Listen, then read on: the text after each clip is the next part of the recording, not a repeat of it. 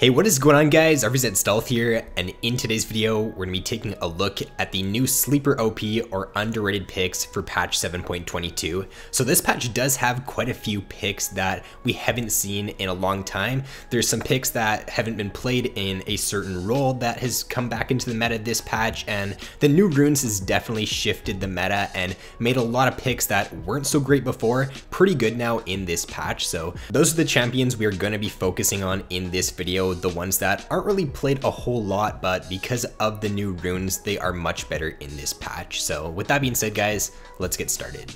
The first champion we're going to take a look at here is going to be Corki AD carry. Now, just to point out, Corki mid is still the better role for this champion, or the role that he is performing best in this patch, but Corki AD carry is performing a lot better now than he was in previous patches. He's only got around a 1% play rate so far, but he's doing really well with Airy as his keystone. Airy just allows Corki to have a really strong laning phase. He can easily proc it in lane with his abilities and his auto attacks, and it means that against these weaker early game AD carries, it does allow him to bully them out pretty easily. And Corki AD carry, people just won't expect the amount of damage he can actually do in the early game. If you end up playing with a good all-in support like a Leona, for example, who's very meta right now, if Leona goes for an all-in at level 2, hits her full combo, she's gonna stun the opponent, so that means you're guaranteed to land your Q on Corki. If you could land your Q, you can get your E activating auto attack, and you've got Scorch as well, then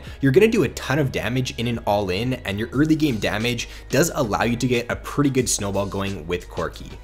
So the combination of Airy and Corki having a pretty good early game, and because we are in a more early game focused meta right now, it does make him a much more viable pick in the bot lane than he was in previous patches. So the next champion here is going to be another one that is seen mostly in one role, but is actually performing pretty good in another role as well, and that's Karma mid lane. So Karma support is still the one that does have the higher play rate in this patch, but Karma mid actually does have the higher win rate. Now, very similar to Corki, you're going to be taking the Airy on Karma mid, and because your Q is on such a short cooldown, with that Airy, it just allows you to very easily harass out a lot of these mid lane champions. You're also going to take Ultimate Hat on Karma, you're going to take Transcendence, and then Cosmic Insight, and the cooldown on your ultimate and on your abilities and your ability to poke in the mid game is some of the best for any mid laner in this patch. These new runes just synergize really good with Karma mid, and it's making her a lot stronger here in 7.22. Another poke mid laner in this patch that's performing very well is Lux mid, and unlike Corki and Karma though, Lux is performing better with the Arcane Comet. Now Airy, a lot of people are taking it on Lux, most people are actually taking it on Lux, but Arcane Comet is actually the one that is performing better in this patch.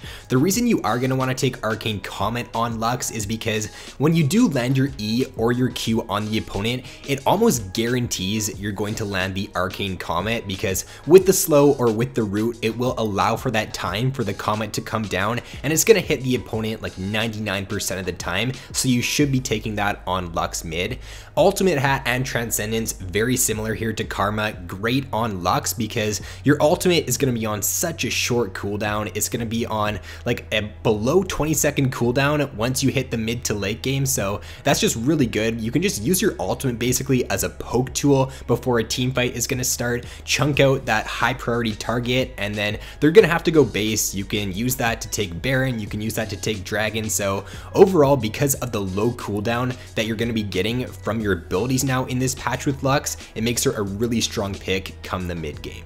And then she can do a really good job in the early game as well at bullying out these lower range mid lane champions. Her E does outrange a lot of mid lane picks, so with the Scorch and with the Comet, it does allow her to poke out a lot of mid laners, and it does allow her to actually have a much stronger early game than she did in previous patches. So we're going to shift away now from these more pokey type champions and move on to talking about a few tank champions that are doing really well in 7.22. So the first one here is going to be Nautilus support. Now Nautilus support with the Aftershock keystone is doing great in this patch. He's really good into a lot of these meta champions that are trying to abuse Airy in this patch. So Sona, for example, Soraka, Lulu. Nautilus Nautilus can do really well against in the early game because he takes the Ignite, he grabs Aftershock, you're also gonna take Cheap Shot on Nautilus support, and his all-in in the early game with that Ignite is super good in this patch. Pair him up with a good early game AD carry as well, and your ability to snowball the early game is gonna be insanely good, and that's great for this patch because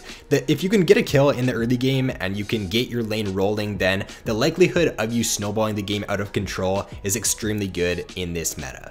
Font of Life also synergizes really good with Nautilus because he's got 4 CC abilities in his kit, so the uptime on Font of Life when you're trading in the laning phase is going to be pretty much up all the time, so your AD carry will be benefiting from the healing from that quite a bit during the laning phase and throughout the game as well.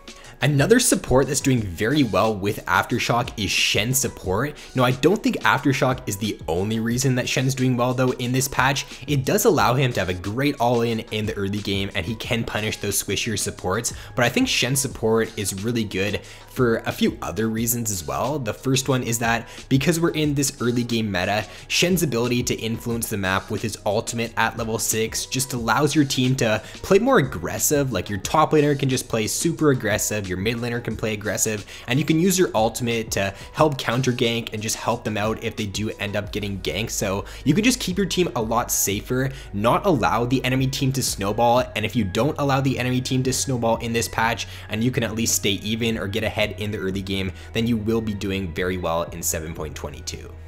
And then because Shen support is not a pick you see very often in the meta, he's never really been in the meta for the support role, it means that people just won't know how much damage he's going to do in the early game. It means that your all-in at level 2 is really going to surprise the opponents with how much damage you're going to be able to do. If you hit your taunt on Shen, you get the Aftershock, you can start autoing them with your Q is going to do a ton of damage, and because you did get that 15% bonus attack speed now at level 1, they gave him that buff in this patch, it means that he will be getting quite a few more autos in the early game, and his all-in is going to be really good here in 7.22.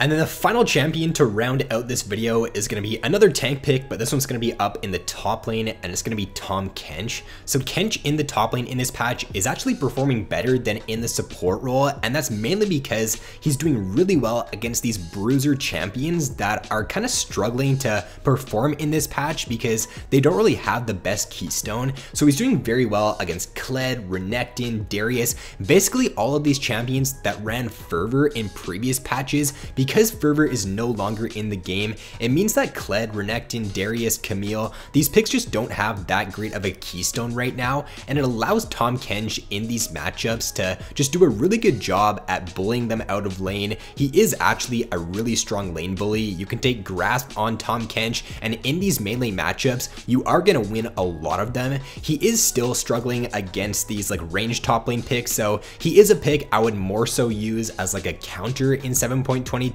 I would not blind him because picks like Teemo and Kale and just these super annoying range top laners can still do very well against him. The new runes are also great on Tahm Kench. You can take Unflinching on him, which does allow him to just not get kited as much. If you're flashing in during a team fight and you're gonna use your W on the opponent as well, then it means that because you are slowed with your W, that tenacity will actually reduce the slow on your W, so you will be running back towards your team with the enemy in your W a little bit faster. And then lastly here, the Precision Tree as your secondary runes on Tahm Kench just synergize super well with him too. He is going to be taking the Triumph, so once you start stacking the HP on Tahm Kench, which you are going to do, and once you start team fighting, if you get that kill or assist, you're going to regen 15% of your missing HP, and if you've got like 3k or 4k HP during a team fight, you're going to stay super healthy if you do start picking up those kills or assists. And then also the tenacity there on Tahm Kench is really good. It just means that in this patch, he isn't going to be as easily kited now as he was in previous patches.